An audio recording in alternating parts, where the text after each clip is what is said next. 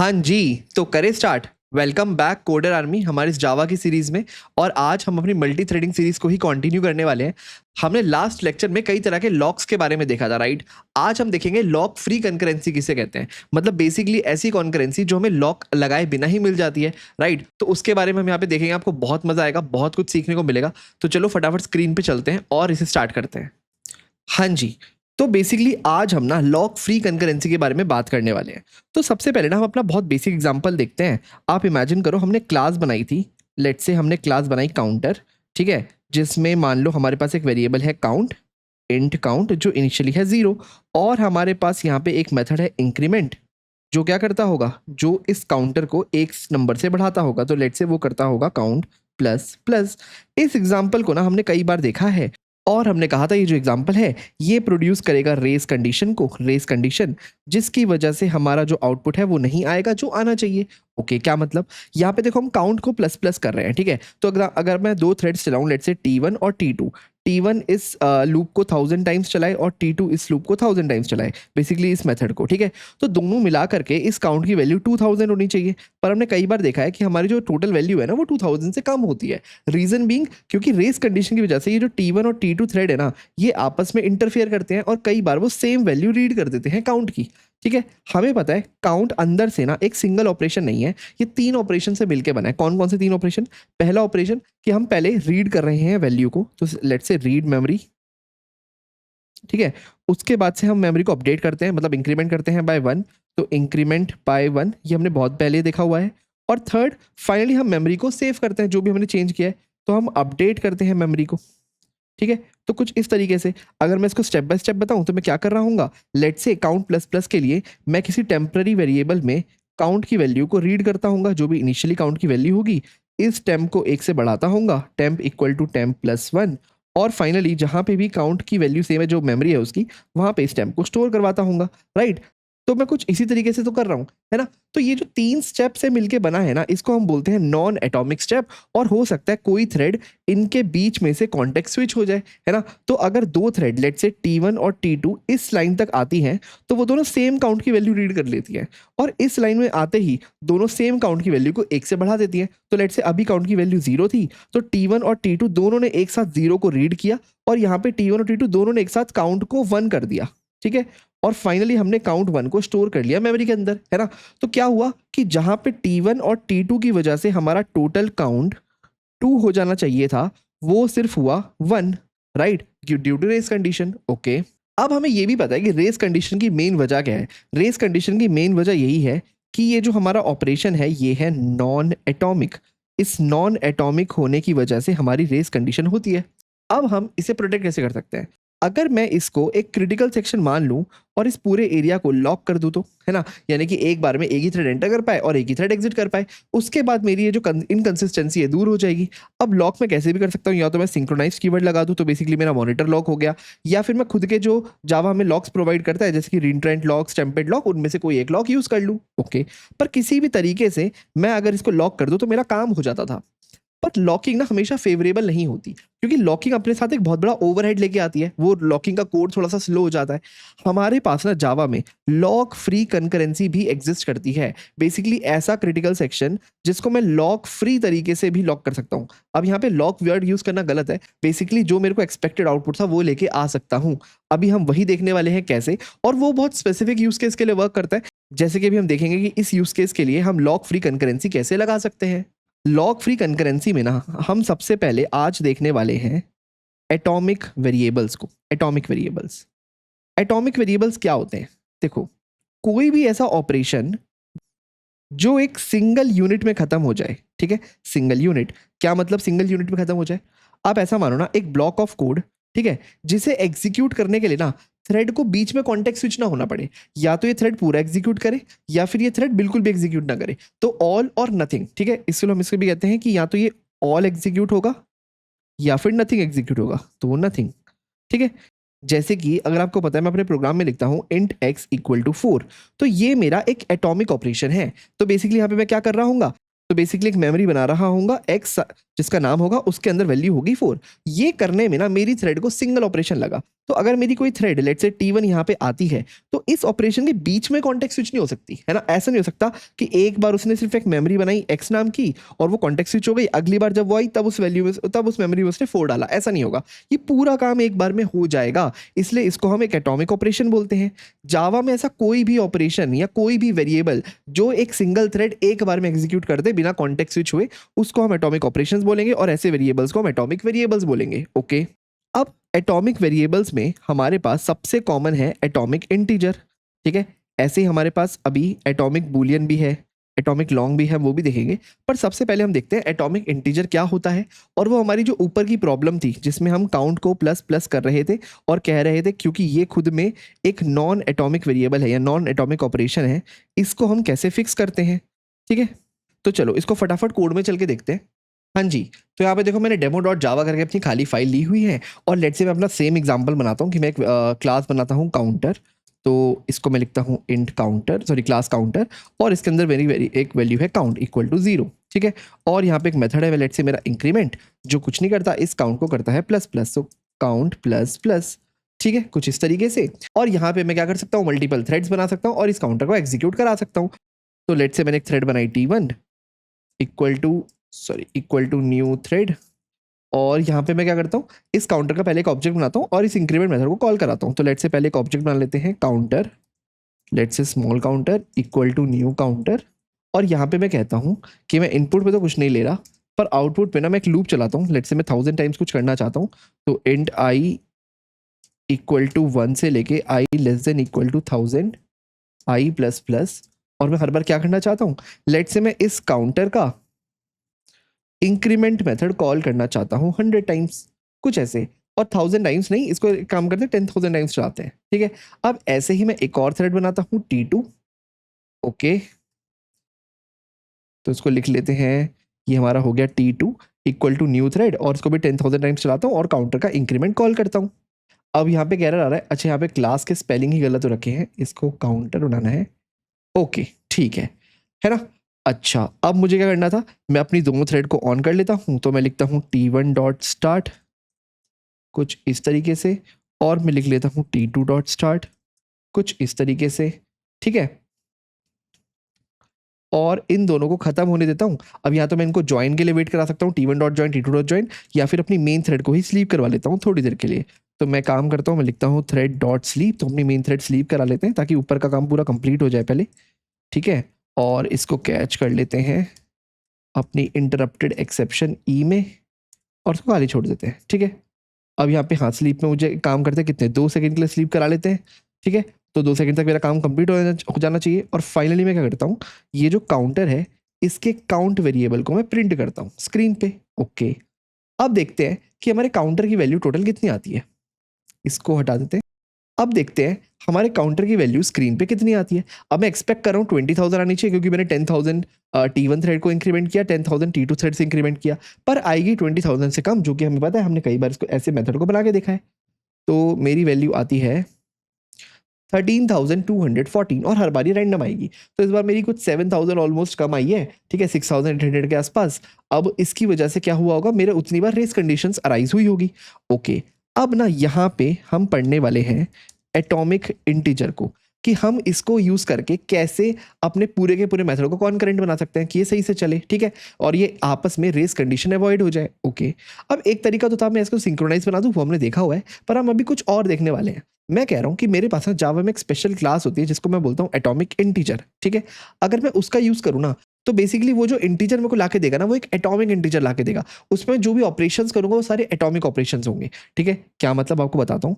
अब मैं यहाँ पे एक एटॉमिक इंटीजर बना रहा हूँ, तो मैं इसको ये नहीं ऐसे नहीं लिखूंगा, मैं लिखूंगा सबसे पहले नाम एटॉमिक इंटीजर। ठीक है, तो देखो मेरी क्लास इंपोर्ट हो गई होगी, java.util.concurrent.atomic इंटीजर। तो ये हमारा पैकेज नेम हो गया, आपको पता ही है, और एटॉमिक इंटीजर हो गया हमारा क्लास का नाम। ठीक है, ओके, तो मैं यहाँ पे लिखता हूँ एटॉमिक इंटीजर, उसका नाम है count equal to new atomic integer. ठीक है, और इनिशियल वैल्यू है 0, कुछ इस तरीके से। ओके, अब यहाँ पे ये जो मेरा काउंट है ना, इसके पास बहुत सारे मेथड्स हैं, जैसे कि काउंट प्लस प्लस करने का इसके पास एक मेथड है। अगर मैं बस लिख दूं count dot increment and get, तो इसका मतलब होता है कि पहले हम नंबर को इंक्रीमेंट करेंगे और उसके बाद उसको रिटर्न कर देंगे। तो बिल्कुल सेम जो हम काउंट प्लस प्लस में कर रहे थे, है ना, इंक्रीमेंट किया और जो भी आया उसको गेट कर दिया। अब यहाँ पे ऑल्दो पहले हम वैल्यू को असाइन करते हैं और फिर इंक्रीमेंट करते हैं, क्योंकि पोस्ट फिक्स नोटेशन है। इंक्रीमेंट गेट को आप कुछ ऐसा मान सकते हो कि मैंने लिख दिया होगा plus plus count, plus plus count. ठीक है, हमारे पास गेट एंड इंक्रीमेंट भी है, दोनों तरह के मेथड है, पर यहाँ पे मुझे लगता है इंक्रीमेंट गेट हमारा काम कर देगा और मैंने इसको कॉल किया। अब इंक्रीमेंट एट गेट है एक एटॉमिक ऑपरेशन। एटॉमिक ऑपरेशन होने की वजह से क्या होता है कि या तो इसको ये थ्रेड पूरा करती है या फिर इसको थ्रेड नहीं करती, पर कभी भी इसको आधा कंप्लीट नहीं करती, राइट। तो हमारा जो प्रीवियस काउंट प्लस प्लस लिखा हुआ था उसकी तरह जावा यहाँ पे इसको आधा एग्जीक्यूट नहीं करती, यानी कि हमारी कभी भी रेस कंडीशन नहीं आती, यानी कि हमारा आउटपुट एग्जैक्ट 20,000 आता है। और इसके लिए मुझे इस मेथड को लॉक करने की भी जरूरत नहीं पड़ी। तो ये एक लॉक फ्री तरीका है अपने कोड को प्रोटेक्ट करने का। ठीक है, तो एक बार पहले करके देखते हैं इसको रन। तो मैंने किया इसको रन, हमारा आंसर आया 20,000, जो कि एक्सपेक्टेड था। आप इसको कितनी बार भी रन कर लो आपका आंसर 20,000 ही आएगा। ठीक है, अभी हम देखेंगे इसमें कौन कौन से मेथड्स होते हैं हमारे एटॉमिक इंटीजर में, पर आई होप आपको समझ आ गया होगा कि एटॉमिक इंटीजर का एक बेसिक फिलॉसफी क्या है और हम उसे एक्चुअली यूज कैसे करते हैं। अब देखो, क्योंकि मैंने आपको कहा कि ये जो ऑपरेशन है ना, ये एक एटॉमिक ऑपरेशन है, तो इसको थ्रेड या तो पूरा एग्जीक्यूट करेगी या बिल्कुल एग्जीक्यूट नहीं करेगी, है ना। तो आप ये समझ सकते हो, अगर हमारे पास दो थ्रेड्स हैं T1 एंड T2 और दोनों थ्रेड ना कॉन्करेंटली चल रही हैं, तो दोनों थ्रेड कॉन्करेंटली चल रही है। ठीक है, इसका मतलब कॉन्करेंटली होने का मतलब क्या होता है कि पहले T1 आती है, वो कुछ टाइम तक चलती है, कॉन्टेक्स्ट स्विचिंग होती है, T2 आती है, फिर वो कुछ टाइम तक चलती है, कॉन्टेक्स्ट स्विचिंग होती है, वगैरह वगैरह।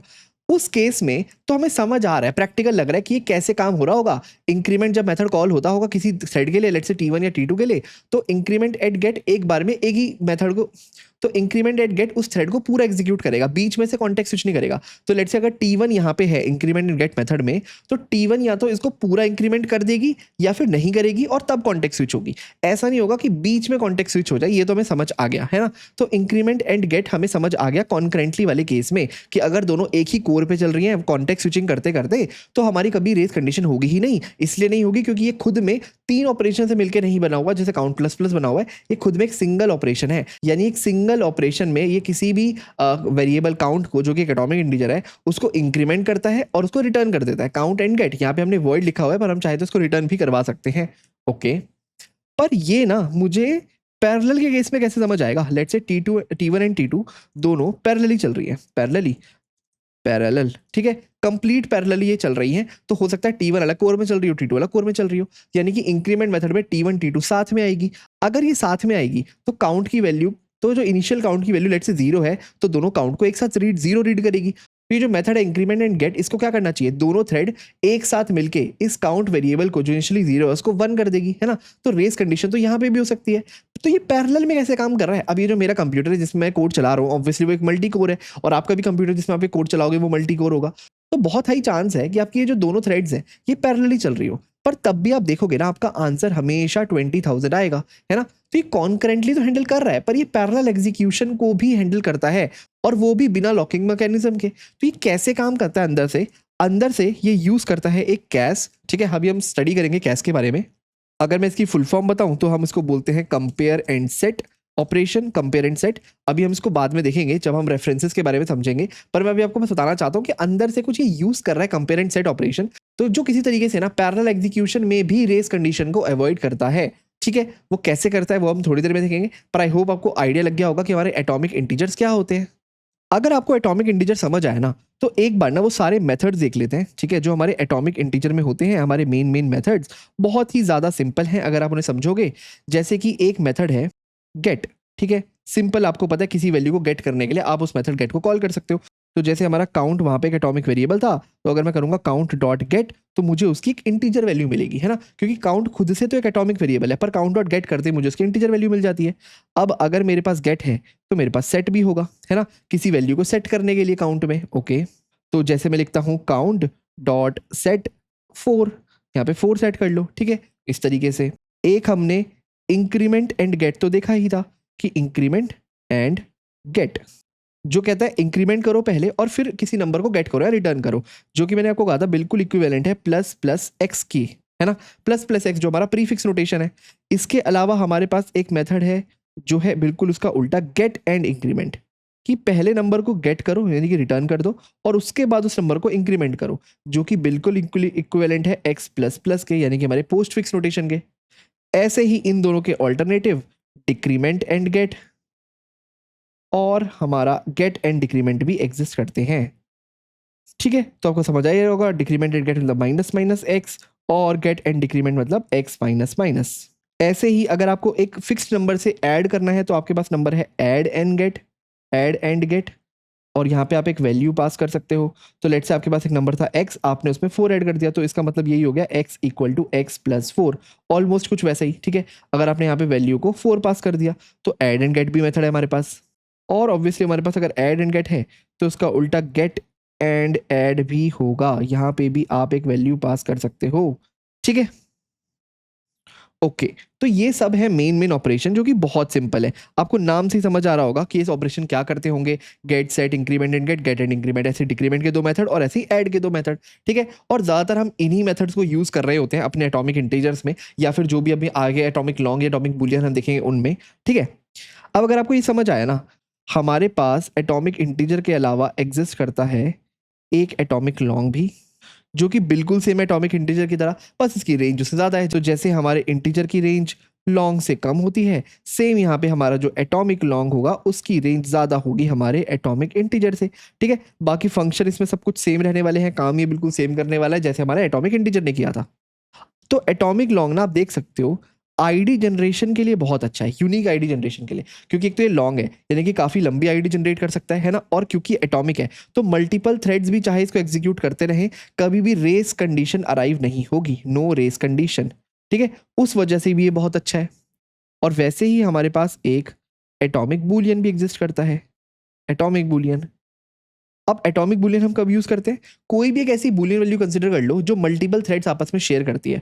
तो फॉर एग्जांपल जब हमने अपनी प्रोड्यूसर कंज्यूमर प्रॉब्लम देखी थी, प्रोड्यूसर कंज्यूमर है ना, अगर आपको याद हो वाला कोड, तो उसमें हमने एक फ्लैग बनाया था, फ्लैग जो ये बताता है कि हमारी जो रिसोर्स है, ठीक है, जिसमें प्रोड्यूसर वैल्यू डाल रहा है और कंज्यूमर वैल्यू निकाल रहा है, वो इन्हीं उसमें वैल्यू अभी ऑलरेडी भरी हुई है या वैल्यू खाली है। तो इस फ्लैग के ट्रू होने से मतलब वैल्यू भरी हुई है और फ्लैग के फॉल्स होने से मतलब उसमें वैल्यू खाली है। ठीक है, उस केस में हमारा ये जो फ्लैग था ना, ये था एक बूलियन वैल्यू और ये शेयर होता था मल्टीपल थ्रेड्स के बीच में। तो इसकी जगह हमें बनाना चाहिए एटॉमिक बूलियन, है ना, ताकि अगेन कोई विजिबिलिटी की कंडीशन ना आए, कोई रेस कंडीशन ना आए। अब अगर आप एटॉमिक बुलियन यूज करते हो ना, तो आपको वोलेटाइल कीवर्ड लगाने की कोई जरूरत नहीं है। ये हमने पहले भी देखा था कि वोलेटाइल कीवर्ड सिर्फ तभी जरूरत पड़ती है अगर आपको जो नंबर है वो एटॉमिक नहीं है या फिर आपने सिंक्रोनाइज ब्लॉक नहीं लगाया वगैरह वगैरह। बाकी एक बार अगर आपने एटॉमिक लगा दिया तो आपको वोलेटाइल लगाने की जरूरत ही नहीं है। ठीक है, इसमें विजिबिलिटी की कोई प्रॉब्लम नहीं होती हमारे एटॉमिक बुलियन में, और क्योंकि इसकी वजह से कभी रेस कंडीशन नहीं हो सकती, तो आप ना कोई भी ऐसा बुलियन यूज कर सकते हो जो आप मल्टीपल थ्रेड्स में यूज करना चाहते हो। तो फॉर एग्जांपल एक मेथड है स्टार्ट, ठीक है, जो तभी स्टार्ट होता होगा जब एक पर्टिकुलर फ्लैग ट्रू होता होगा और वो लेट से फ्लैग होता होगा ट्रू किसी और मेथड में, है ना। तो आप उस मेथड को भी और इस मेथड को भी इंडिपेंडेंटली रन करवा सकते हो, कभी कोई रेस कंडीशन नहीं आएगी, आराम से हमारा कोड चलता जाएगा। ठीक है, तो अगर आपको ये सब समझ आया ना, तो मोटा मोटा आपको आइडिया लगने लग गया होगा कि हम सिर्फ सिंक्रोनाइज हर जगह यूज क्यों नहीं कर लेते, why no synchronized always. Reason बहुत सिंपल सा है, क्योंकि इसका है बहुत बड़ा ओवरहेड, क्योंकि ये करता है यूज लॉकिंग मैकेनिज्म, जिसकी वजह से हमारा पूरा का पूरा कोड थोड़ा सा स्लो हो जाता है। लेकिन हमें पता है कि ऐसे स्पेशलाइज्ड यूज केस जहाँ पे लॉकिंग की जरूरत ही ना पड़े, उसमें क्यों ना हम नॉन लॉकिंग मैकेनिज्म को यूज करें, जैसे कि हमने एटॉमिक इंटीजर की बात की। अब ना एटॉमिक इंटीजर्स, ठीक है, ऐसे मैजिकली काम नहीं करते। तो लेट से मैंने लिखा हुआ है एक atomic integer count equal to new atomic integer let say 4। तो यहाँ पे हमारे पास इनिशियल वैल्यू एक 4 पड़ी थी।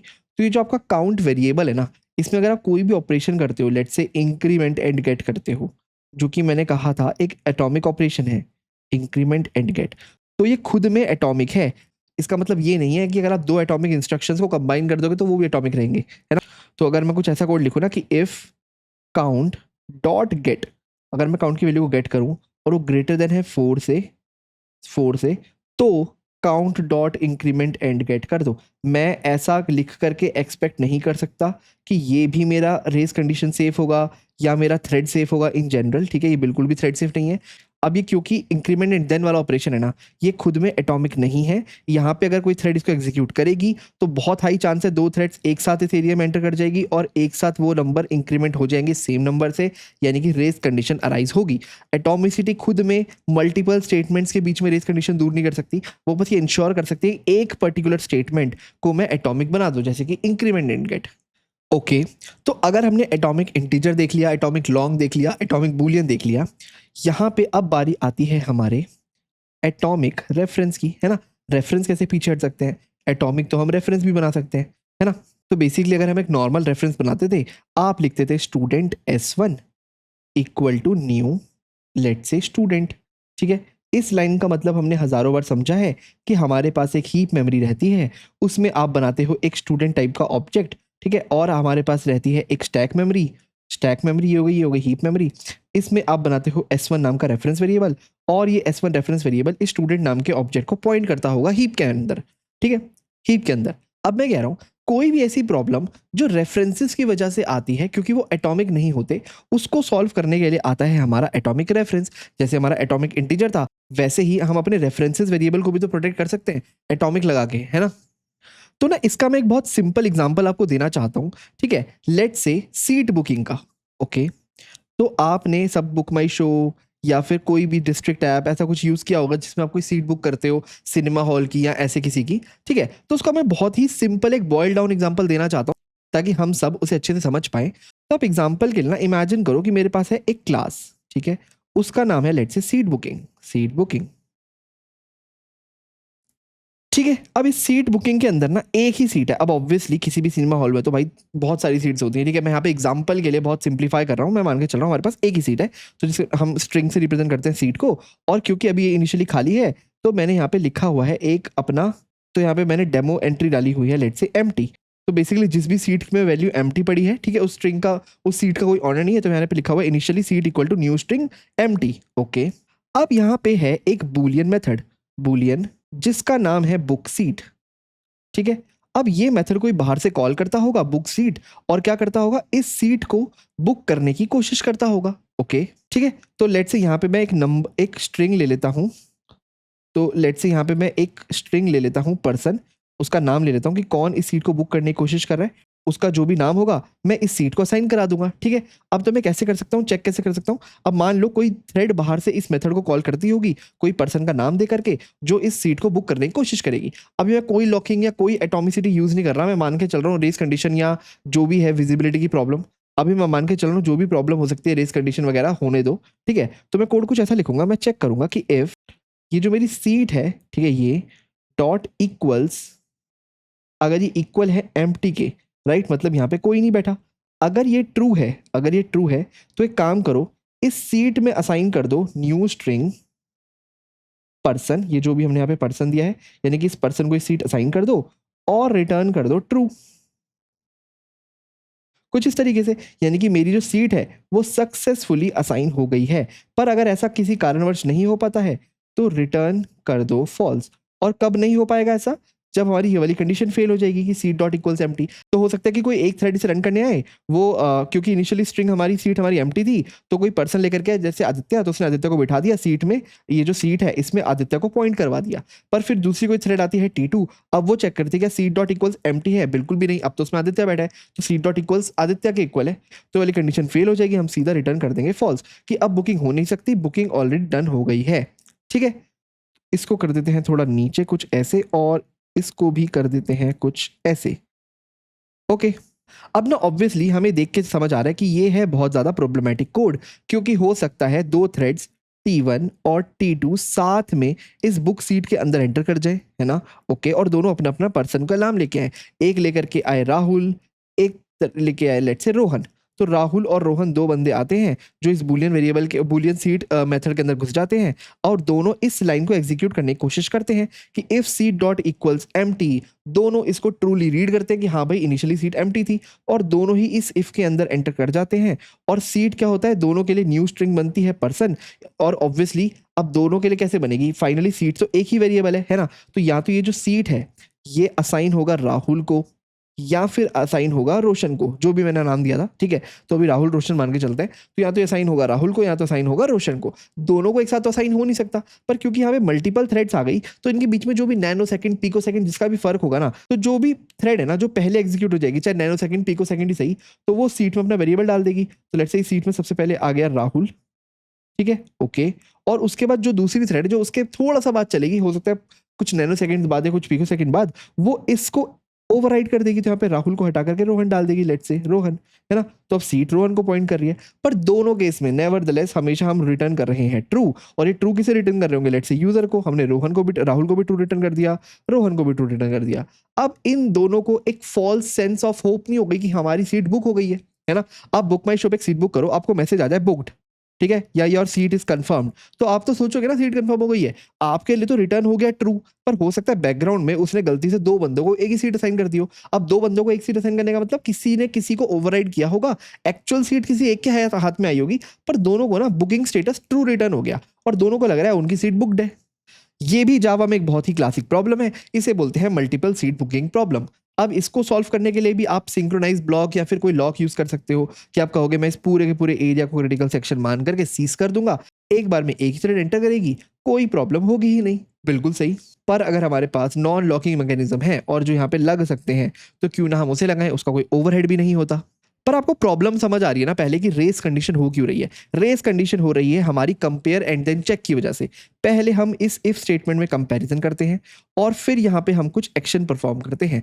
तो दो थ्रेड T1 थ्रेड और T2 थ्रेड दोनों जब इस मेथड को एग्जीक्यूट करने आती हैं और जब दोनों इस लाइन को इवेल्युएट करती हैं कि if seat dot equals empty, तो दोनों बोलते हैं यस यस, क्योंकि सीट एम्प्टी है। दोनों ने एक साथ रीड किया, उनको सीट में एम्प्टी रीड हुआ और दोनों घुस जाती हैं इस ब्लॉक के अंदर, ठीक है। तो आपको आइडिया लग गया होगा रेस कंडीशन क्यों हो रही है, क्योंकि दोनों थ्रेड एक साथ इस ब्लॉक के अंदर एंटर कर जाती है, तो एक को सीट मिलेगी फिर दूसरे को सीट मिलेगी, और लेकिन दोनों को ट्रू रिटर्न हो जाएगा, किसी को भी हम फॉल्स रिटर्न नहीं करेंगे, जो कि बिल्कुल गलत कोड है।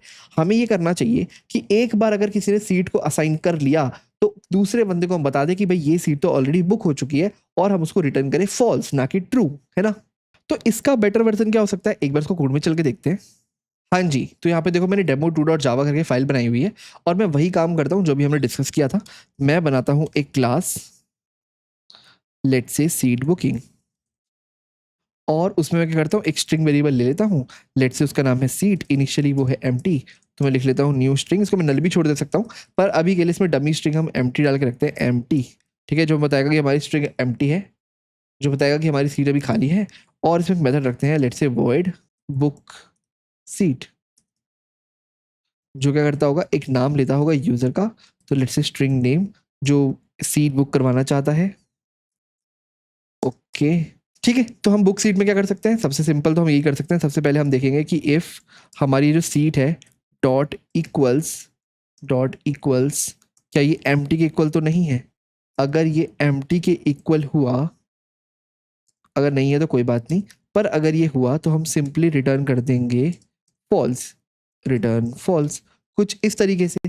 यानी कि हमारा सीट एम्प्टी के इक्वल नहीं है, अगर एम्प्टी के इक्वल नहीं है मतलब किसी ने इसको साइन कर लिया है, तो हमारी बेसिकली सीट ऑलरेडी बुक्ड है, तो हम रिटर्न कर देंगे उस केस में फॉल्स, ठीक है। यहाँ पे मैंने रिटर्न टाइप वॉइड लिखा हुआ है, यहाँ पे आ जाएगा बूलियन, और अब ये वाला फंक्शन बिल्कुल सही चलेगा, ठीक है। इसके अलावा हमारे पास ये इफ ब्लॉक है कि अगर सीट एम्प्टी नहीं है तो भाई जिसने वो बुक किया उसको साइन करो। तो सबसे पहले हम करेंगे seat equal to new seat,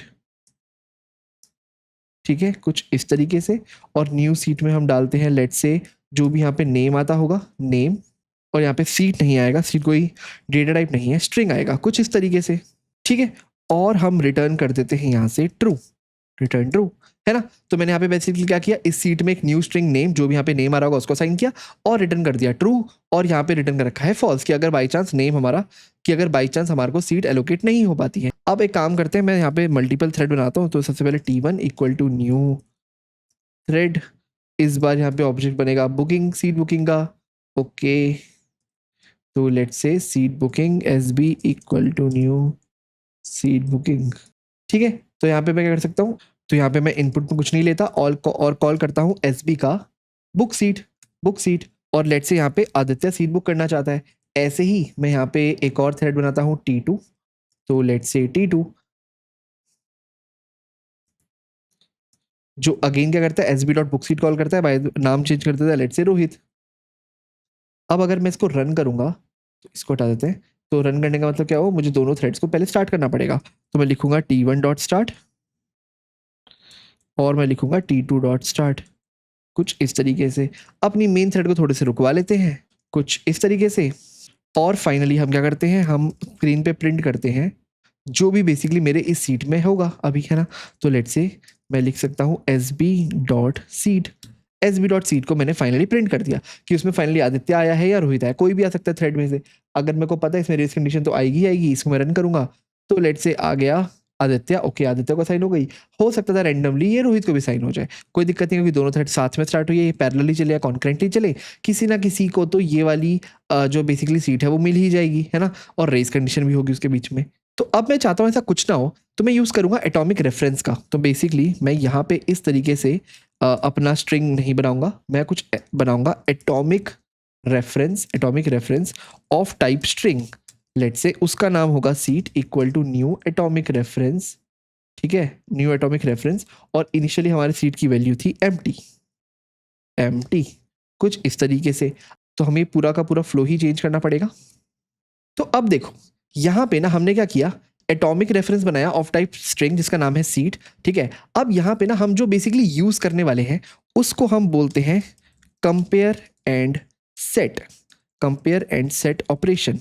ये बहुत ही स्पेशल ऑपरेशन है, ये आप समझ लो बिल्कुल हार्ट है जावा में मल्टी थ्रेडिंग में। अगर आपको लॉक फ्री कंकरेंसी चाहिए तो चाहे वो एटॉमिक रेफरेंस में चाहिए या जो ऊपर हमने atomic integer, atomic Boolean, atomic long use करा उसमें चाहिए हो, ठीक है। मैं आपको बताऊंगा कंपेयर एंड सेट मेथड क्या करता है, ठीक है। पहले आपको पता होगा इस मेथड में अभी तक प्रॉब्लम क्या थी, हम बेसिकली रेस कंडीशन को अवॉइड नहीं कर पा रहे थे। हमारा कंडीशन एंड हमारा चेक एंड देन चल रहा था कि हम पहले इफ में चेक करते थे कि ये एम्प्टी तो नहीं है, और फिर हम उसमें कोई वेरिएबल असाइन करते थे। तो हो सकता था मल्टीपल थ्रेड्स वो एक साथ उस इफ के अंदर एंटर कर जाए। तो देखो मेरा कंपेयर एंड सेट ना काम कैसे करता है, ये बहुत ही इंटरेस्टिंग ऑपरेशन है। सबसे पहले ना मैं काम करता हूँ, जो भी मेरी करंट वैल्यू है जिसको मैं बोल रहा हूँ let's say string current value, ठीक है, उसको लेकर के आते हैं स्ट्रिंग में। तो बेसिकली मैं लिख सकता हूँ सीट डॉट गेट, मेरे पास एक गेट मेथड होता है यहाँ पे भी, तो मैं सीट डॉट गेट करूंगा, मेरे पास एक स्ट्रिंग आ जाएगी ऑफ टाइप करंट वैल्यू। तो मेरी इनिशियली करंट वैल्यू थी सीट की ये वाली, ओके, ठीक है। तो मैंने यहाँ पे पहले क्या किया, अपने जो भी मेरी करंट सीट थी उसको रीड किया अपनी करंट वैल्यू में।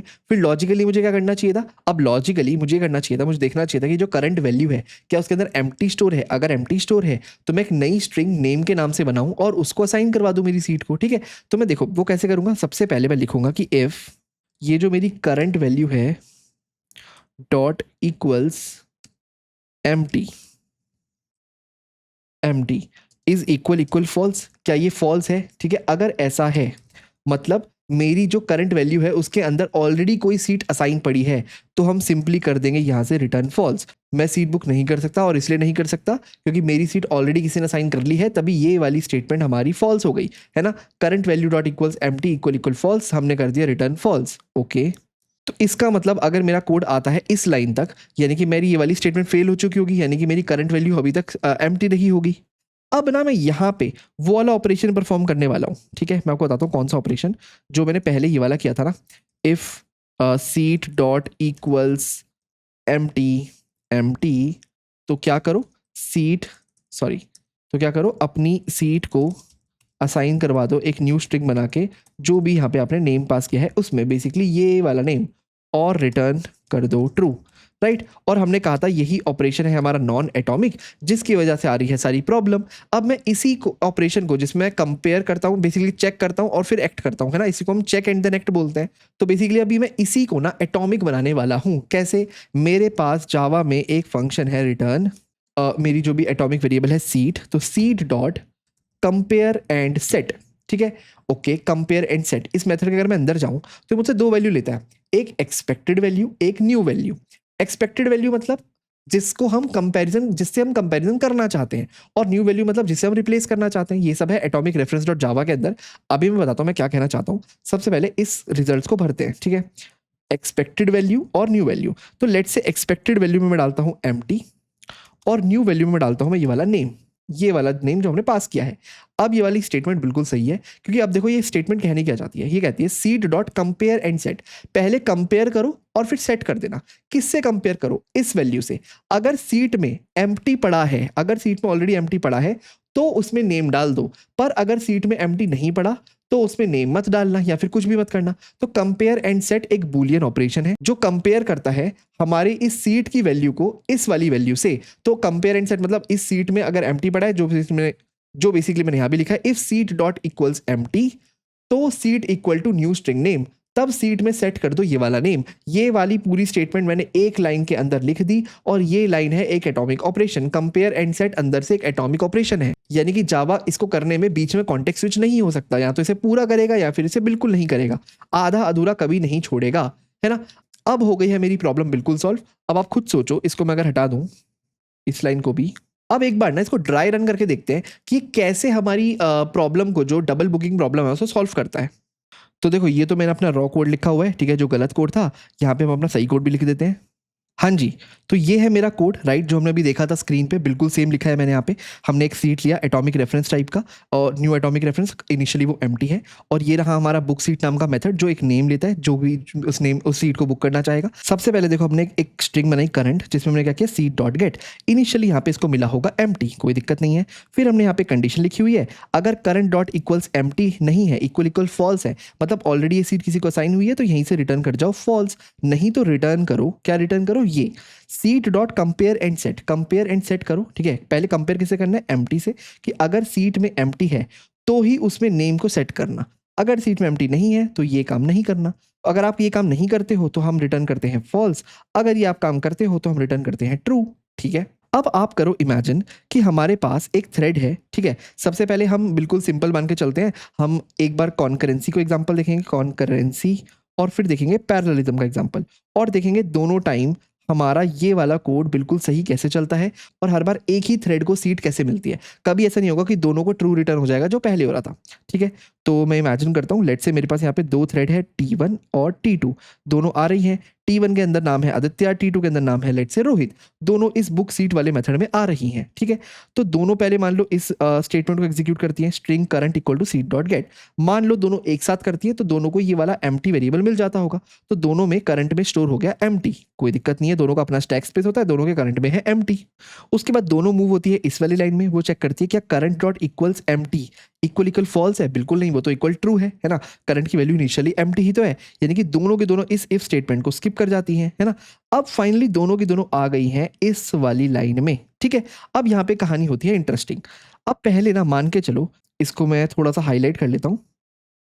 अब आप मान के चलो हमारी जो दोनों थ्रेड है T1 T2, ठीक है, एक बार मैं मान के चलता हूँ वो कॉन्करेंटली एग्जीक्यूट कर रही है और एक बार पैरेलली, ठीक है। अगर कॉन्करेंटली करिए तो बहुत सिंपल है।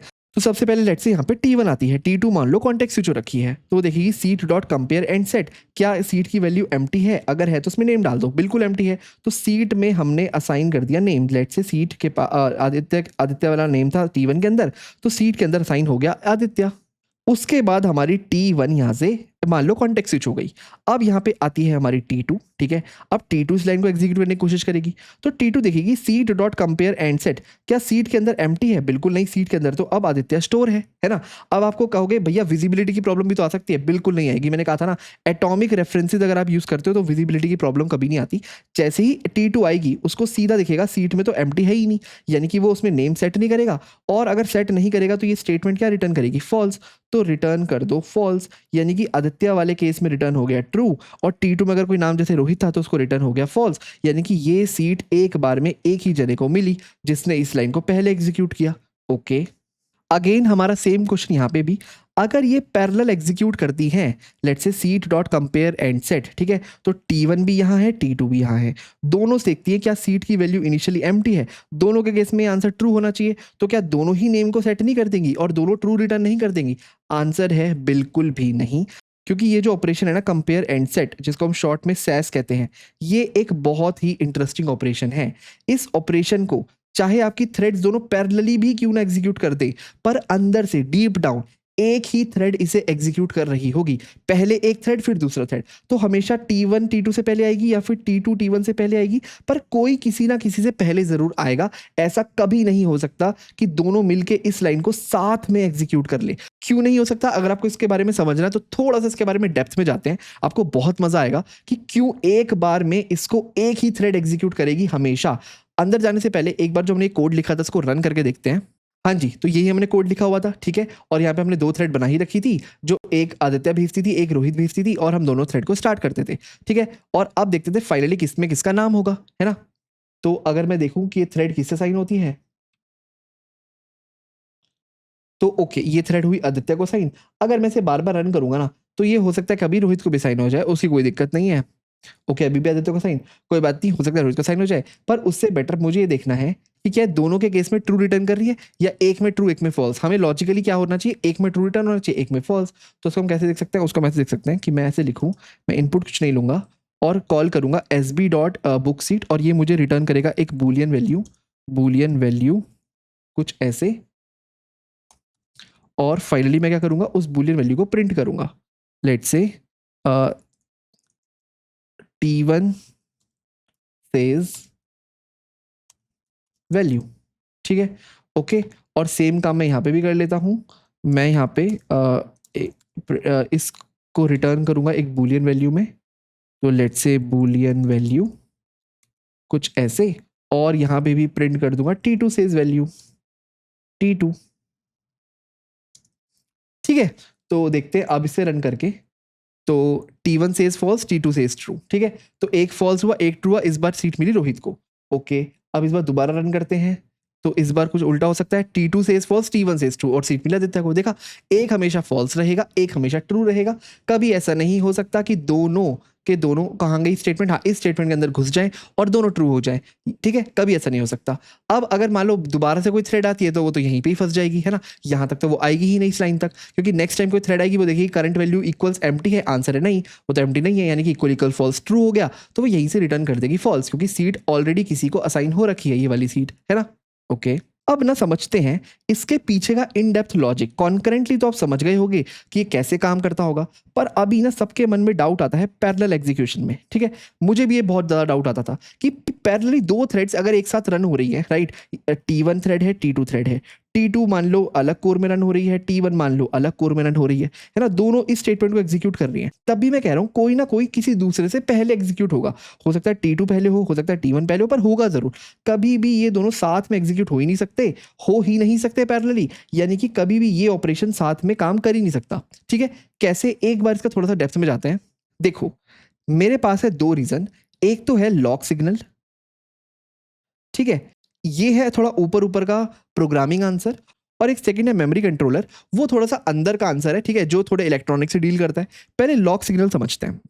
देखो, जब भी आप कोई ऐसा कमांड एग्जीक्यूट करते हो ना, जैसे कंपेयर एंड सेट, खासकर कंपेयर एंड सेट, राइट, जो कि एक एटॉमिक ऑपरेशन है, जो कंपेयर करता है किसी इनिशियल वैल्यू से, और अगर वो कंपैरिजन ट्रू होता है तो सेट करता है एक फाइनल वैल्यू, राइट, कुछ यही हम कर रहे होते हैं।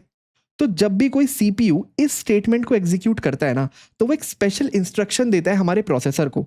तो जैसे कि अगर हमारा प्रोसेसर है x86, उस केस में उस इंस्ट्रक्शन का नाम है CMPXCG। अब इसका क्या मतलब है उसको छोड़ते हैं, पर आप मान लो इस इंस्ट्रक्शन के साथ ना एक प्रीफिक्स अटैच होता है लॉक, ठीक है, लॉक। ऑल्दो आप कहोगे ये लॉकलेस मैकेनिज्म्स है, ठीक है, लॉक फ्री मैकेनिज्म है, पर अगेन यहाँ पे हम थ्रेड लेवल पे लॉक नहीं लगा रहे। जब सीपीयू कोड को एग्जीक्यूट कर रहा है तो उसने अंदर से प्रोसेसर को ये कमांड दी लॉक की। अब जब प्रोसेसर को ये कमांड मिलती है, मान लो आपके पास है मल्टीपल प्रोसेसर, यहाँ पे है आपके पास एक P1 प्रोसेसर, ये है आपके पास एक P2 प्रोसेसर, ठीक है, और ये है लेट्स से आपके पास एक P3 प्रोसेसर। एग्जांपल के लिए मल्टीपल हमारे पास प्रोसेसर्स हैं। तो जब भी ये कमांड किसी प्रोसेसर को मिलती है, वो हमारे सिस्टम बस को और हमारे मेमोरी कंट्रोलर को, जो बेसिकली हमारी पूरी मेमोरी को कंट्रोल करता है, मेमोरी कंट्रोलर को ये बताता है, बेसिकली एक तरह से मैसेज देता है कि मैं एक एटॉमिक ऑपरेशन परफॉर्म करने जा रहा हूं, बाकी सारे प्रोसेसर्स कम से कम मुझसे एक सीपीयू साइकिल पीछे रहो, एक सीपीयू साइकिल, और ये एक सीपीयू साइकिल बहुत ही कम टाइम होता है, ठीक है। इतना इन्फिनिटेसिमली स्मॉल टाइम होता है ये कि आप कभी उसको फील नहीं कर पाओगे, लेकिन बस P1 बस एक संदेश देगा बाकी सबको कि क्योंकि मैं एक एटॉमिक ऑपरेशन परफॉर्म कर रहा हूँ, compare and set operation perform कर रहा हूँ, तो बाकी के सब कम से कम 1 सीपीयू साइकिल मुझसे पीछे रहो ताकि मैं इसको इंडिपेंडेंटली एग्जीक्यूट कर पाऊं। ओके, तो ये बात तो हो गई लॉक सिग्नल में, जो कि एक x86 प्रोसेसर में ये मैसेज जाता है with a prefix lock. Okay, पर इसको थोड़ा ना और डेप्थ में जाकर के ना इलेक्ट्रॉनिक लेवल पे समझते हैं कि ये जो हमारा मेमोरी कंट्रोलर होता है ये इससे कैसे डील करता है। मान लो इसने संदेश तो दे दिया सिस्टम बस को और हमारे मेमोरी कंट्रोलर को कि मैं एक ऐसा ऑपरेशन परफॉर्म करने जा रहा हूँ, सब शांत रहना, सब कम से कम एक साइकिल दूर रहना। मान लो वो ऑपरेशन भी, मान लो वो सिग्नल भी सही से नहीं जा पाया, ठीक है, या फिर मेमोरी कंट्रोलर तक भी दोनों के दोनों ऑपरेशन एग्जैक्टली सेम टाइम पे आ गए। अब आप एक चीज सोचो, मैंने कहा हमारे पास लेट से सीपीयू में 2 कोर हैं, ये है कोर 1, ये है कोर 2, ठीक है, और लेट से हमारी T1 थ्रेड इस कोर में एग्जीक्यूट हो रही है, T2 थ्रेड इस कोर में एग्जीक्यूट हो रही है, और दोनों बिल्कुल सेम टाइम पे ये वाला इंस्ट्रक्शन एग्जीक्यूट करते हैं, ठीक है, हमारा कंपेयर एंड सेट वाला ऑपरेशन, ठीक है। तो आप मान के चलो बिल्कुल सेम टाइम पे हमारे मेमोरी कंट्रोलर पे, ये है हमारा लेट से मेमोरी कंट्रोलर, तो आप मान के चलो बिल्कुल सेम टाइम पे हमारे मेमोरी कंट्रोलर पे T1 और T2 से रिक्वेस्ट आई होगी, किसकी, कंपेयर एंड स्वैप की, बेसिकली इस ऑपरेशन की। दोनों ये वाला ऑपरेशन करने को बोल रहे हैं बिल्कुल एक साथ, ठीक है, बिल्कुल पैरेलली। अब इवन ये बिल्कुल सेम टाइम पे भी अराइव हो जाएं, हमारा मेमोरी कंट्रोलर क्योंकि एक इलेक्ट्रिकल डिवाइस है, एक फिजिकल डिवाइस है, ठीक है, एक फिजिकल डिवाइस है, तो वो एक बार में एक ही इलेक्ट्रिकल सिग्नल को पास ऑन होने दे सकता है। तो यानी कि एक बार में एक ही सिग्नल पास हो सकता है, उनके बीच में चाहे पीको सेकंड का फर्क ही सही, पर फर्क रहेगा, और पीको सेकंड बहुत छोटा टाइम होता है, एक इन्फिनिटेसिमली स्मॉल टाइम होता है, ठीक है। उनके बीच में चाहे इतना सा टाइम का गैप हो, पर होगा जरूर। कभी भी 2 सिग्नल एक साथ एक वायर से तो पास ऑन हो ही नहीं सकते, राइट। आप इसको ऐसे मान के चलो कि चाहे 1 सीपीयू साइकिल का टाइम ही सही, पर उतना सा गैप उनके बीच में हमेशा होगा। 2 सिग्नल्स कभी भी एट द सेम टाइम एक ही डिवाइस से पास ऑन नहीं कर सकते। अंदर से हम फ्लिप फ्लॉप्स ही तो यूज कर रहे होते हैं, फ्लिप फ्लॉप्स, राइट। अगर आपने इसको पढ़ा होगा इलेक्ट्रॉनिक्स में, तो वो एक बार में एक ही इलेक्ट्रिकल सिग्नल को अपने पास ऑन करने देता है। तो ये फिजिकली इम्पॉसिबल है कि 2 सिग्नल्स एक साथ यहां से पास हो जाए, यानी कि T1 T2 में से लेट से T1 एग्जीक्यूट होगा ही होगा, उसके लेट से विद इन इन्फिनिटेसिमली स्मॉल टाइम में T2 भी हो जाएगा, पर उनमें एक गैप बिल्कुल होगा, ठीक है। अब ये बिल्कुल सेम है जैसे आपने बचपन में गेम खेली होगी कि लेट से यहाँ पे 2 बजर्स हैं, ठीक है, और कोई जो भी इस बजर को पहले दबाएगा उसे कुछ गिफ्ट मिलेगा, और 2 बच्चे इस बजर को एकदम सेम टाइम पे प्रेस करते हैं। तो अंदर से क्या होगा, इस बजर के अंदर की इलेक्ट्रॉनिक्स क्या होगी, ठीक है, अंदर से ये जो भी इसकी इलेक्ट्रॉनिक्स होगी उसमें वायर्स इन्वॉल्व होगी, है ना।